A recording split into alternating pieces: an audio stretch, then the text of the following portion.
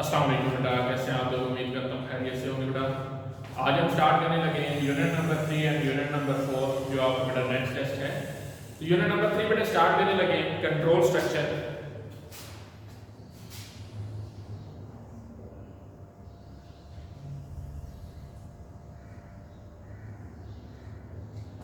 Control structure क्या होता है बेटा? डेफिनेशन से स्टार्ट करते हैं। Control structure control the flow of execution of program. तो प्रोग्राम का बेटा जो हमारे पास कंट्रोल होता है वो फ्लो किस तरफ को करेगा, क्योंकि हमारे पास डिफरेंट किस्म के कंट्रोल स्ट्रक्चर होते हैं, जैसे कि हमने कहा है सीक्वेंस है, सिलेक्शन है और लूप है।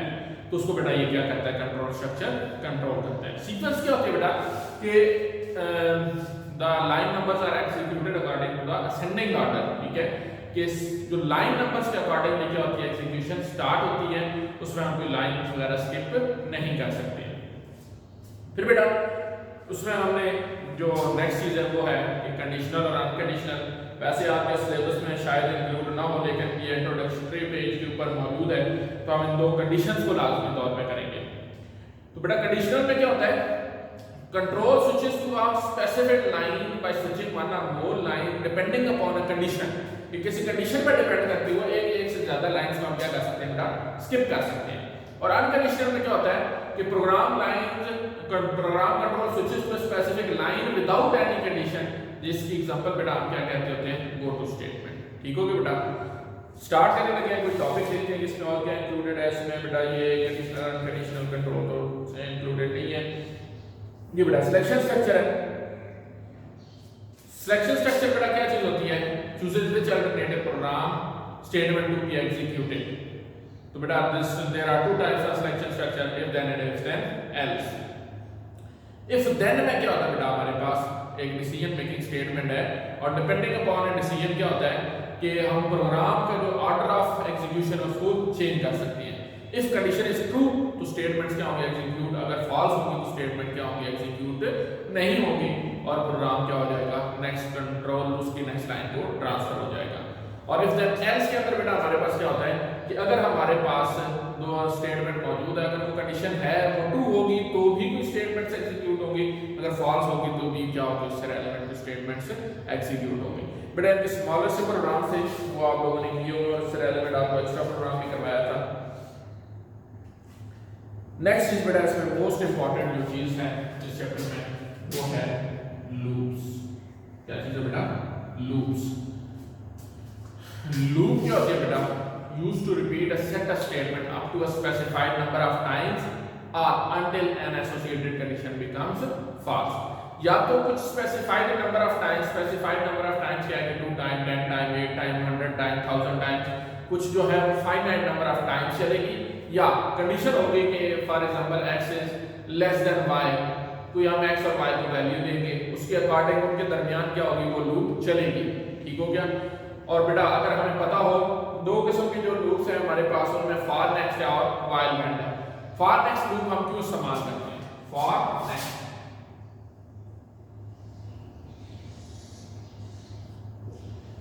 फॉर से बेटा ये लूप स्टार्ट होती है और नेक्स्ट पे क्या हो जाती है?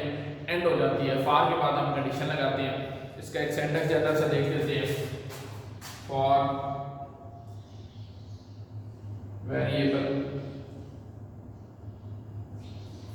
बल्कि इसको पूरा प्रॉपर्ली लिख लेते हैं।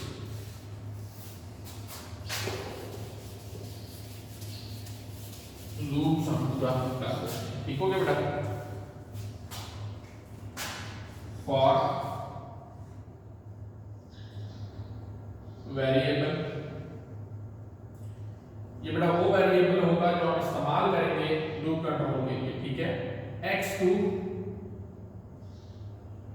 y और स्टेप क्या होगा बेटा? z। x से y तक क्या होगा? इस लूप में चलना है। ठीक है? और इसमें आता हुआ जो इंक्रीमेंट या डिक्रीमेंट करना है वो स्टेप सी के अंदर मेंशन किया जाता है। ठीक हो गया बेटा? फिर ये बेटा स्टेटमेंट्स होंगी जो बॉडी ऑफ लूप होगी, उसके बाद हम क्या कर देते हैं? नेक्स्ट है। और वही वेरिएबल जो हमने यहाँ पर इस्तेमाल किया वही वेरिएबल हम क्या कर देते हैं? यहाँ पर इस्तेमाल कर देते हैं। ठीक हो गया बेटा? उसके बाद हम इसका एक छोटा सा प्रोग्राम भी मेंशन कर लेते हैं बेटा, ताकि जो आपको समझने में आसानी हो कि ये लूप कहाँ से कहाँ तक फॉर एग्जांपल हम एक सीरीज ऑफ लूप जो है सीरीज ऑफ नंबर प्रिंट करवाते हैं जो किस तरह से होंगे 2 4 6 8 सो ऑन अप टू 100। हम इस लूप को क्या कर लेते हैं बेटा चला लेते हैं। ठीक हो गया। तो बेटा हम देखेंगे कि हम सबसे पहले क्या करेंगे as it is for variable लेंगे जो भी हमारे पास है जो हमने लूप चलानी है हम इसका जो लूप कंट्रोल वेरिएबल है उसको लूप के बाहर इनिशियलाइज कर सकते हैं। For example n is equal to यहां से बेटा प्रोग्राम शुरू कर लेते हैं n इज इक्वल टू 0 0 से लूप स्टार्ट होगी। फिर अब हम वो फॉर वेरिएबल लेने लगे इसके अंदर हम ये क्या करेंगे वैल्यूज को चलाएंगे। For I is equal to अब बेटा इसने कहां से कहां तक चलना है 2 से 100 तक। तो बेटा ये x to y मेंशन करने लगे हैं 2 to 100 और हर दफा आप बेटा स्टेप z की बात करने लगे हैं कि हर दफा इंक्रीमेंट कितना होना चाहिए स्टेप 2 दो का क्या होना चाहिए बेटा हर दफा इजाफा। देखते हैं n is equal to n plus i बेटा n is equal to n plus i। अब ये i इस्तेमाल किया बेटा मोस्टली लोग यहाँ पर 1 मेंशन कर देते हैं बेटा ये 1 नहीं है ये i ये वेरिएबल है। ठीक है तो 0 है 0 प्लस i क्या होगा 2 फिर अगली दफा 4 फिर 6 फिर 8 ये इसी तरह क्या होता जाएगा 1 बाय 1 वैल्यू इसमें चलती जाएगी। नेक्स्ट है वही लूप वेरिएबल बेटा हमने क्या कर दिया है ये नेक्स्ट वेरिएबल कर दिया। ठीक हो गया। अब बेटा हम क्या करेंगे जो सम होगा हमारे पास उसको हम क्या करवा लेंगे print sum of series is equal to अब sum of series is equal to अब कौन सी वेरिएबल के अंदर बेटा हमारे पास सीरीज आनी थी n के अंदर ये आ गया। ठीक हो गया। अब बेटा सीरीज हमारे इसके अंदर क्या हो जाएगी प्रिंट हो जाएगी इसके साथ हम क्या मेंशन कर देंगे एंड कर देंगे तो हमारा प्रोग्राम क्या हो जाएगा कंप्लीट हो जाएगा। क्लियर हुआ बेटा कि n से स्टार्ट हुआ हमारे पास वेरिएबल 0 के अंदर वैल्यू ली है इनिशियलाइज किया वेरिएबल को 0 से 100 तक 2 से 100 तक इसने चलना है। हर दफा 2 का इजाफा होगा। पहली दफा n में वैल्यू क्या है 0 है यहां पे 0 है। अब पहली दफा लूप चलेगी तो i क्या हो जाएगा +2 फिर इसी तरह अब n में क्या वैल्यू आ गई है 2। अब अगली दफा क्या होगा इसमें किस चीज का इंक्रीमेंट होगा 2 का इजाफा हो जाना है तो प्लस इसमें और क्या होगा फिर 2 फिर ये क्या हो जाएगा 4 फिर 6 फिर 8 फिर 10 फिर ये इसी तरह क्या होता जाएगा 1 बाय 1 वैल्यूज बढ़ती जाएंगी और ये सीरीज बनती जाएगी। पहले 2 होगा फिर क्या होगा 4 फिर क्या होगा 6 फिर 8 फिर 10 और इस तरह से ये सीरीज चलती जाएगी और हमारा क्या होता जाएगा जो प्रोग्राम है वो जब 100 तक पहुंचेगा तो कंप्लीट हो जाएगा।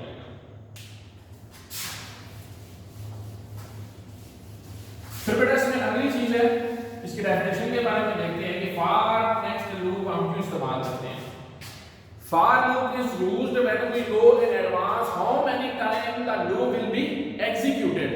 वो the for next is used when we know in advance जब हमें पहले से पता होता है कि लूप ने कितनी दफा चलना है तो हम कौन सी लूप इस्तेमाल करते हैं बेटा फॉर नेक्स्ट को इस्तेमाल करते हैं। ठीक है और हमें पहले से कैसे पता होता है जैसे कि हमने बताया था कि 2 से 100 तक सीरीज ने चलना है और हर दफा कितने का इंक्रीमेंट होगा 2 का।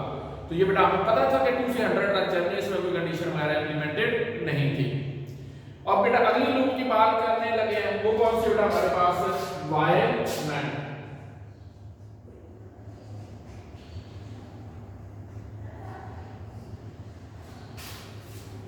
व्हाइल मैन लूप बेटा व्हाइल मैन लूप क्यों इस्तेमाल की जाती है when we does not know in advance the how many time the loop will be executed। जब हमें ना पता हो कि लूप ने कितनी दफा चलना है it is used to repeat a set of statement up to until an associated condition becomes false। ये तब तक चलती जाती है जब तक इसके साथ जो relevant condition होती है वो false नहीं हो जाती। ठीक है मींस कि ये condition dependent होती है और हमें नहीं पता होता कि condition ने कैसे चलना है। For example x to y चलना है उसने या x is less than or equal to y चलना है या when until x is equal to y। तो ये कोई सी भी कंडीशन हो सकती है बेटा तो उस कंडीशन के अकॉर्डिंगली इसमें क्या होना होता है एग्जीक्यूट होना होता है। ठीक है बेटे इसका भी सेंटेंस देखते हैं शुरू करते हैं व्हाइल मैन लूप के बारे में।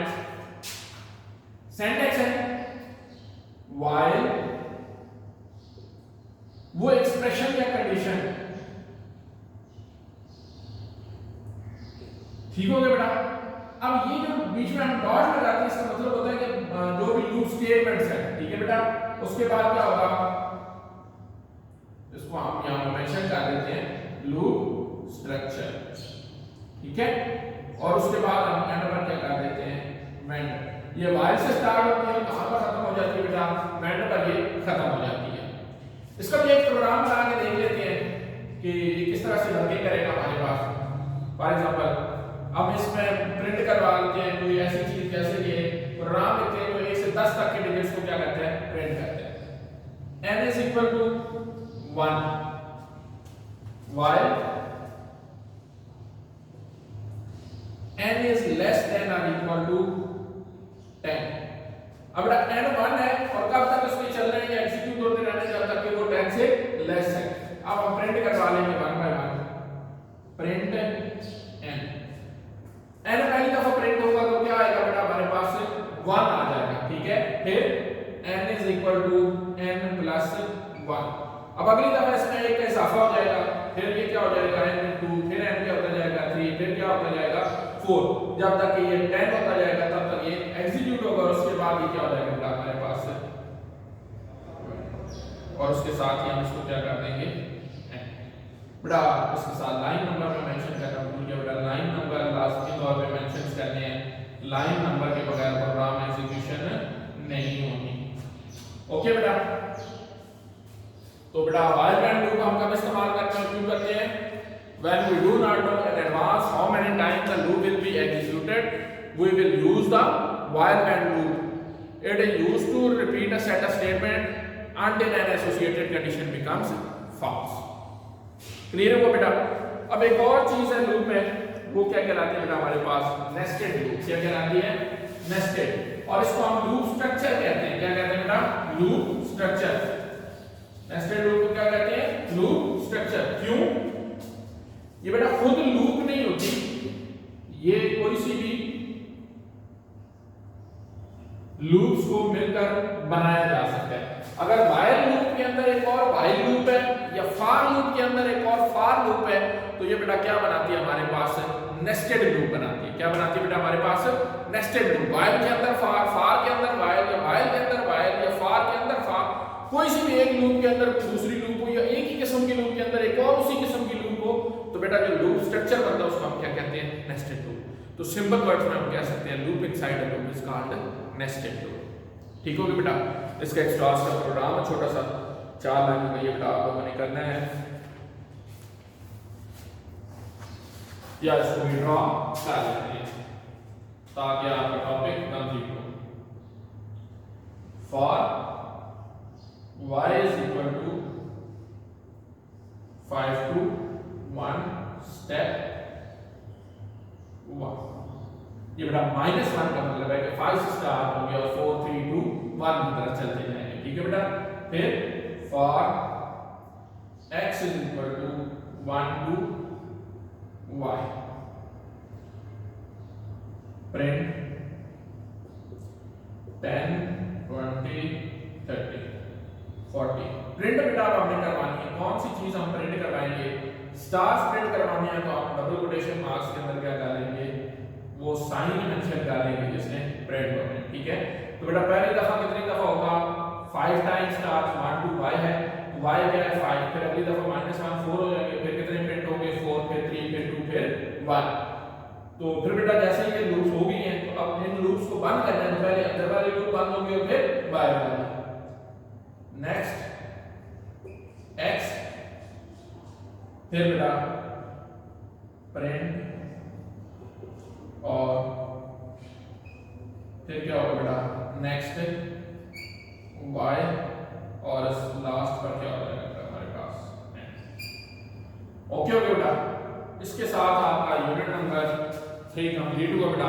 नेस्टेड लूप में बेटा जो इनसाइड लूप होती है, जैसे कि आप उसको कह रहे हैं ये लूप, ये बेटा इनर लूप कहलाती है, और ये लूप जो बाहर वाली साइड में बेटा मौजूद है ये क्या कहलाती है, आउटर लूप कहलाती है। ठीक है। तो आपसे क्वेश्चन भी शॉर्ट क्वेश्चन में पूछा जा सकता है कि what nested loop, the inner loop is which is the inner loop and outer loop, या in nested loop which are the 2 loops. तो आपको बेटा बताना होगा from line number 20 to 40 is the inner loop and the loop from 10 to 60 is the outer loop. ठीक हो गया बेटा? लाइन नंबर 10, 50 और 60 वाली ये क्या होगी बेटा हमारे पास? इसके बाहर लूप है, लूप के बाहर लूप जो ये बेटा क्या होगी? आउटर लूप और क्लियर हुआ बेटा? उसके बाद बेटा यूनिट नंबर 4 देखते हैं। इसकी एक्सरसाइज को बेटा देखना है, MCQs fill in the blanks वगैरह। यूनिट नंबर 4 बेटा arrays.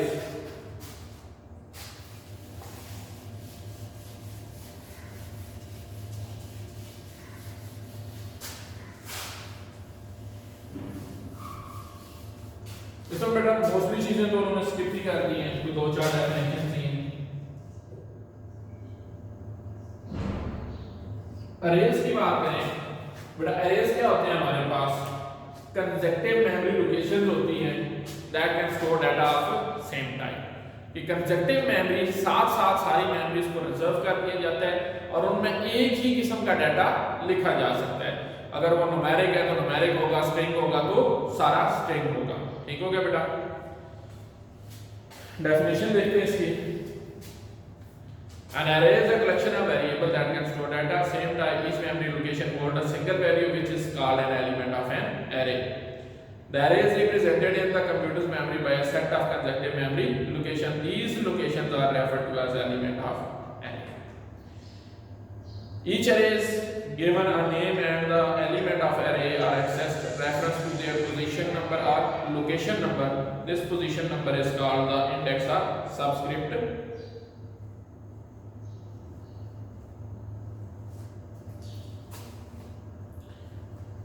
Index or subscript value.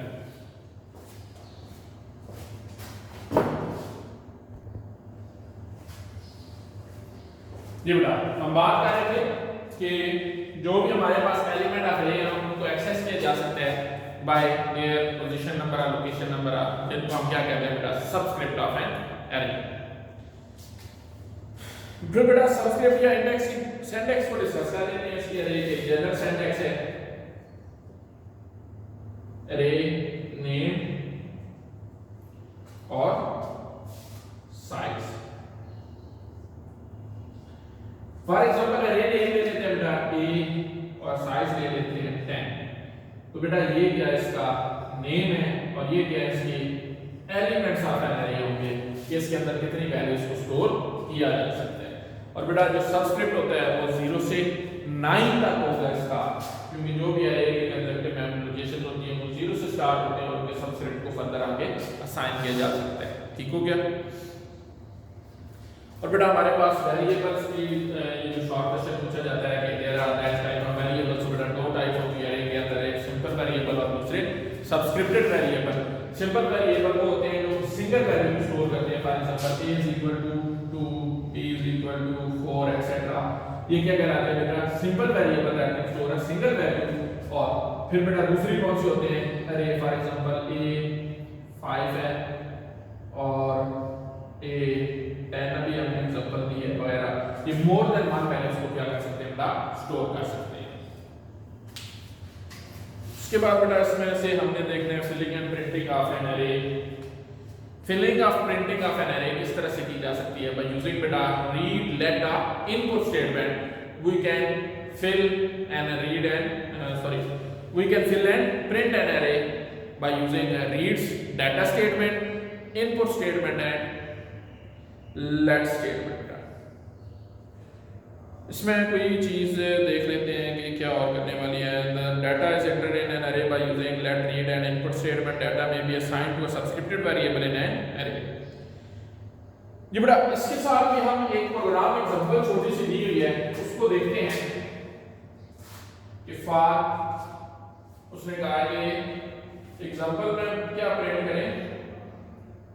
Programme to store the string values it is restricted by both read data and input statement. बेटा हम इसमें से रीड डाटा वाली कर लेते हैं example. For example for k = 1 to 4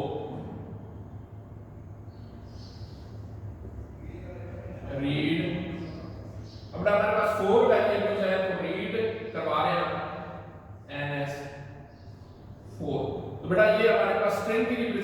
के लिए अब कितने वेरिएबल्स होंगे इसके अंदर, वेरिएबल a के अंदर, ठीक है बेटा।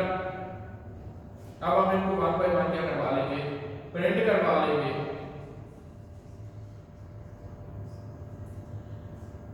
और इसके साथ जैसे ये प्रिंट होगा बेटा हमारा प्रोग्राम जो लूप है वो क्या हो जाएगी, खत्म हो जाएगी। हम इसको क्या कर देंगे, नेक्स्ट ये कर देंगे। और अब डाटा स्टेटमेंट की मदद से हम क्या करेंगे बेटा, इसमें डाटा एंटर करेंगे। हमारा कोई सा भी हम डाटा एंटर कर सकते हैं जो भी बेटा हमारे लिए आसानी हो। फॉर एग्जांपल अली, असद, आजम और खान, ये बेटा चार नाम होंगे। जब ये प्रोग्राम क्या होगा, एंड होगा, तो यही वन बाय वन क्या कर दिए जाएंगे, आउटपुट के तौर पर डिस्प्ले कर दिए जाएंगे। ओके हो गया बेटा। अब इसमें देखते हैं कि और कुछ चीज बेटा आपने जो करनी हो, इसमें जो स्टेटमेंट नहीं करनी जी बेटा। इसमें वन डायमेंशनल अरे की डेफिनेशन इंक्लूडेड है, या वन डायमेंशनल अरे हम कह लेते हैं। वन डायमेंशनल अरे क्या चीज होती है बेटा, the array consists of one row or column is known as 1D array या वेक्टर array, लीनियर array या वन डायमेंशनल array बेटा। या तो एक रो होगी या एक कॉलम होगा बेटा, दो चीजें नहीं होंगी, सिर्फ एक रो या एक कॉलम। तो बेटा वो क्या कहलाएगा हमारे पास, 1D array, one dimensional array, linear array, vector array, या हम उसको क्या कहेंगे, वन डायमेंशनल array। ठीक हो गया बेटा। उसके साथ प्रोग्राम भी आप बेशक यही वाला कर लीजिए कि एक वन डायमेंशनल अरे का ही प्रोग्राम हो गया बेटा। यहाँ तक ही मेरे ख्याल में आपका सिलेबस इंक्लूडेड है, इससे फर्दर कोई चीज़ आपकी इंक्लूडेड नहीं है इस चैप्टर में से। तो बेटा इसके MCQs, fill in the blanks और शॉर्ट क्वेश्चन जो थे वो आप लोगों ने करने हैं। ठीक हो गया बेटा। तो प्रिपरेशन बेटे एक दफ़ा इस लेक्चर को सुनने के बाद अपने टॉपिक्स को रीड करके डेफिनेशन बेटा वर्ड टू वर्ड प्रॉपरली आप लोगों ने याद करनी। ठीक हो गया बेटा। टेक केयर, अल्लाह हाफ़िज़।